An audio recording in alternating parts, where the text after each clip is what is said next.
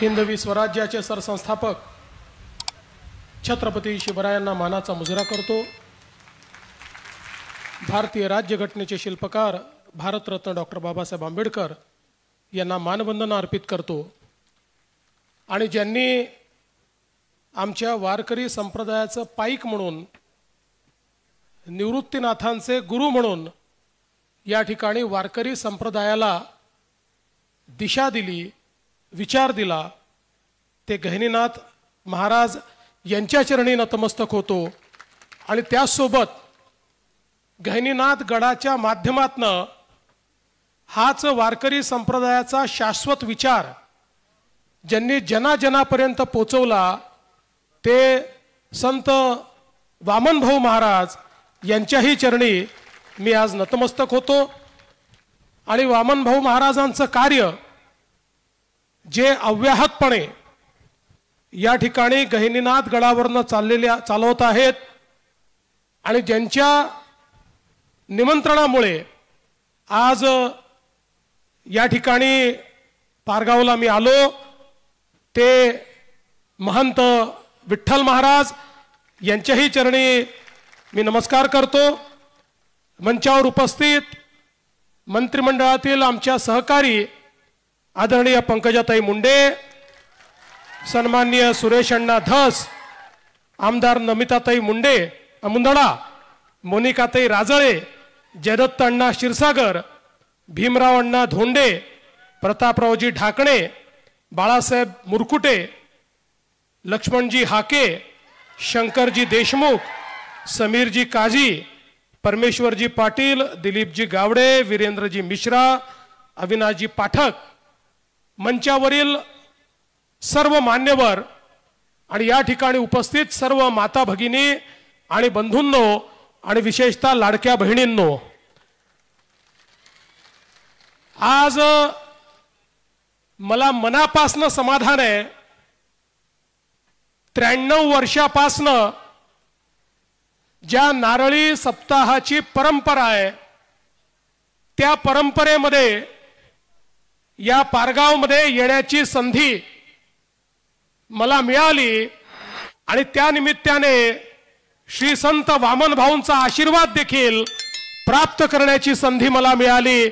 आणि म्हणून मी खरोखर सर्व गावकऱ्यांचं आणि आसपासच्या गावातनं आलेल्याही सर्व भक्त मंडळींचं महाराष्ट्र सरकारच्या वतीनं खूप खूप स्वागत करतो, अभिनंदन करतो।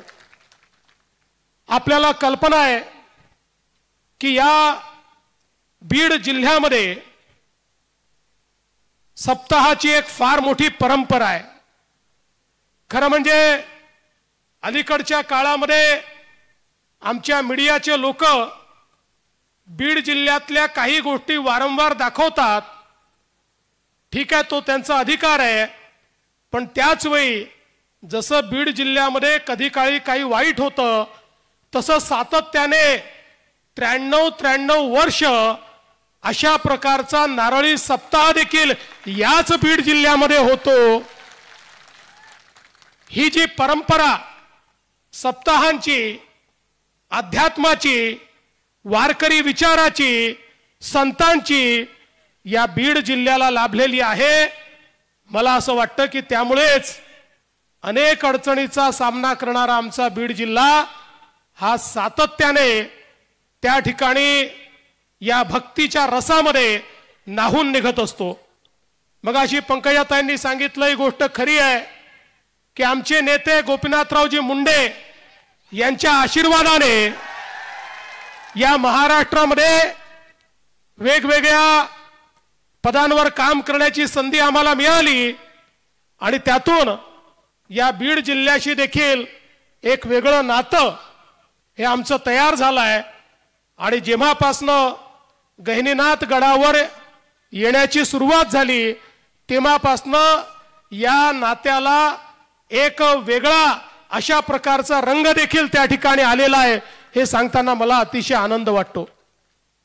मागच्या काळामध्ये गहिनीनाथ गडाचं विकासाचं कार्य ताई आपण हातामध्ये घेतलं, आता बरंच पुढे ते गेलेलं आहे अजून भरपूर काम देखील त्या ठिकाणी करायचं आहे।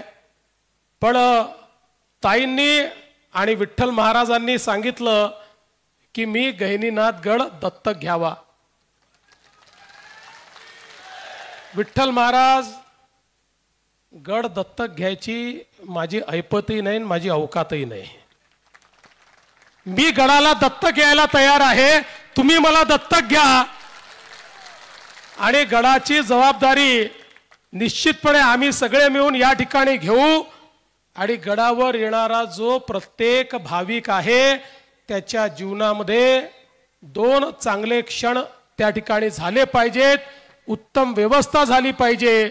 आणि हा जो आमचा गड आहे, हा गड एक प्रकारे ज्या गहिनीनाथ महाराजांनी या वारकरी संप्रदायाला विचार दिला, त्याची एक प्रकारे सुरुवात केली असं देखील आपल्याला म्हणता येईल। अशा प्रकारच्या गडाचा उत्तम विकास झाला पाहिजे, हा प्रयत्न निश्चितपणे आम्ही सुरू केलेला आहे आणि येत्या काळात तो पूर्णत्वास देखील आम्ही घेऊन जाऊ।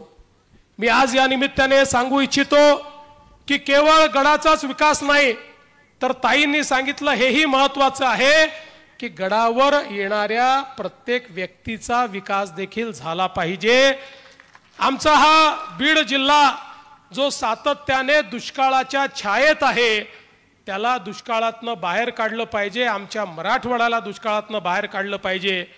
आणि म्हणून आपण प्रयत्न सुरू केला आणि मागच्या काळामध्ये आपलं जे हक्काचं कृष्णेचं पाणी होतं ते पाणी आपण त्या ठिकाणी आष्टीमध्ये आणण्याकरता निर्णय केला आणि आज ते पाणी आष्टीपर्यंत पोहोचतं आहे। पण तिथपर्यंत केवळ पोचून चालणार नाही, अख्ख्या जिल्ह्याला त्या ठिकाणी आपल्याला पाणीदार करायचं आहे आणि तोच आमचा प्रण आहे। आताच या गावच्या लोकांनी देखील मागणी केली। खरं म्हणजे आताची आमची परिस्थिती अशी आहे की एका हौदात पाणी आहे आणि प्रत्येकाला त्याच हौदातनं पाणी हवं आहे, पाणी वाढत नाही आहे, मागणारे वाढत आहेत, त्याच्यामुळे एक मोठं संकट तयार झालंय। पण मला या ठिकाणी सांगितलं पाहिजे की संतांच्या आशीर्वादाने या मराठवाड्याला कायम दुष्काळ मुक्त करण्याकरता समुद्रात वाहून जाणारं 53 TMC पाणी हे गोदावरीच्या खोऱ्यात आणण्याच्या योजनेला आम्ही मान्यता दिलेली आहे। आता त्याचे आराखडे तयार होत आहेत आणि आमचा प्रयत्न आहे की या वर्षाच्या शेवटी किंवा पुढच्या वर्षी हे काम आम्ही सुरू करणार आहोत, ज्यातनं या मराठवाड्याला कायमचं दुष्काळ मुक्त करणार आहोत। आणि त्यासोबत आपल्याला माहिती आहे सुरेश अण्णा की या ठिकाणी 21 TMC पाणी हे मराठवाड्याला मिळायला हवं होतं, पण ज्यावेळी आम्ही निर्णय केला त्यावेळी लक्षात आलं की केवळ 7च TMC पाणी आहे, उरलेलं पाणी ऑलरेडी पळवलेलं आहे।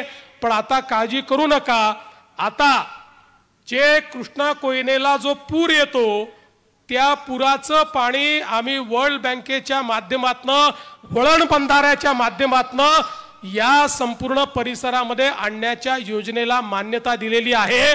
आणि या मे महिन्यामध्ये त्याचं टेंडर देखील आम्ही काढतो आहोत, ज्यातनं हे सगळं पाणी त्या ठिकाणी आपण खऱ्या अर्थानं मराठवाड्याकडे आणू।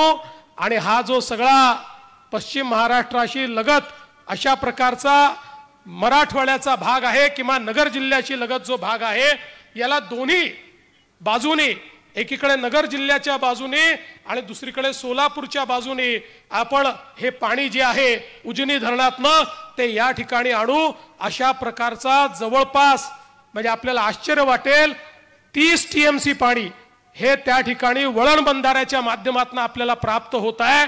आणि म्हणून हा जो काही एक साधारणपणे विवाद असतो, कुठेतरी नगर जिल्हा आणि नाशिक आणि नगर एकत्रितपणे आणि मराठवाडा एकीकडे अशा प्रकारच्या ज्या भानगडी होत असतात, या कायमच्या आपल्याला त्या ठिकाणी संपवायच्या आहेत। आज कुकडीच्या संदर्भात आपण या ठिकाणी मागणी करतात, कुकडीच्या संदर्भात ऑलरेडी प्रचंड स्ट्रेस त्या कुकडीवर आहे। आणि असं असताना याचं पाणी त्याला आणि त्याचं पाणी याला, म्हणजे याची टोपी त्याच्या डोक्यावर आणि त्याची टोपी याच्या डोक्यावर, असं न करता खऱ्या अर्थानं तुमच्या हक्काचं पाणी हे तुमच्यापर्यंत पोहोचवण्याचं काम हे आपलं सरकार या ठिकाणी करून दाखवेल। आणि या मराठवाड्यातल्या या पिढीने दुष्काळ पाहिला, पण मराठवाड्याच्या पुढच्या पिढीला दुष्काळ पाहू देणार नाही, अशा प्रकारचा या ठिकाणी संकल्प आम्ही केलाय. आणि म्हणूनच हा जो संकल्प आहे हा पूर्ण करण्याकरता संत वामन भाऊंसारख्या संतांचा आशीर्वाद देखील पाठीशी असणं हे अत्यंत महत्त्वाचं आहे. संतांचा आशीर्वाद हीच खरी आपली शिदोरी आहे.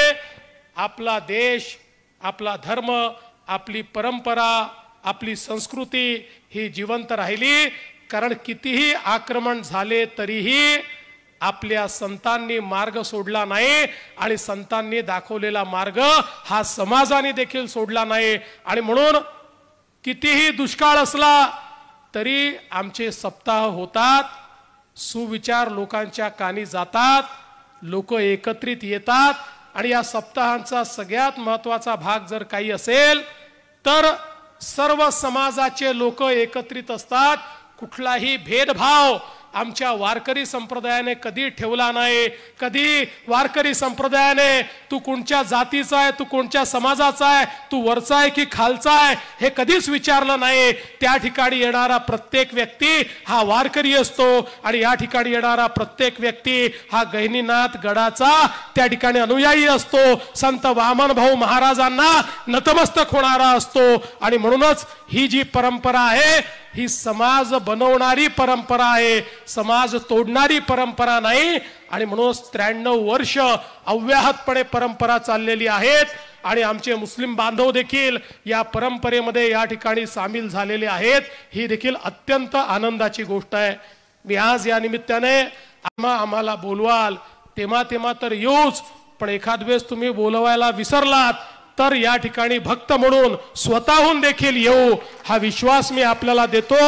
आणि गडाचा आणि गडाच्या अनुयायांचा विकास आम्ही सगळे मिळून निश्चितपणे करू, हा विश्वास आपल्याला देत पुन्हा एकदा वामन भाऊ महाराजांच्या चरणी या ठिकाणी नतमस्तक होत मी माझे 2 शब्द संपवतो. धन्यवाद. जय हिंद, जय महाराष्ट्र.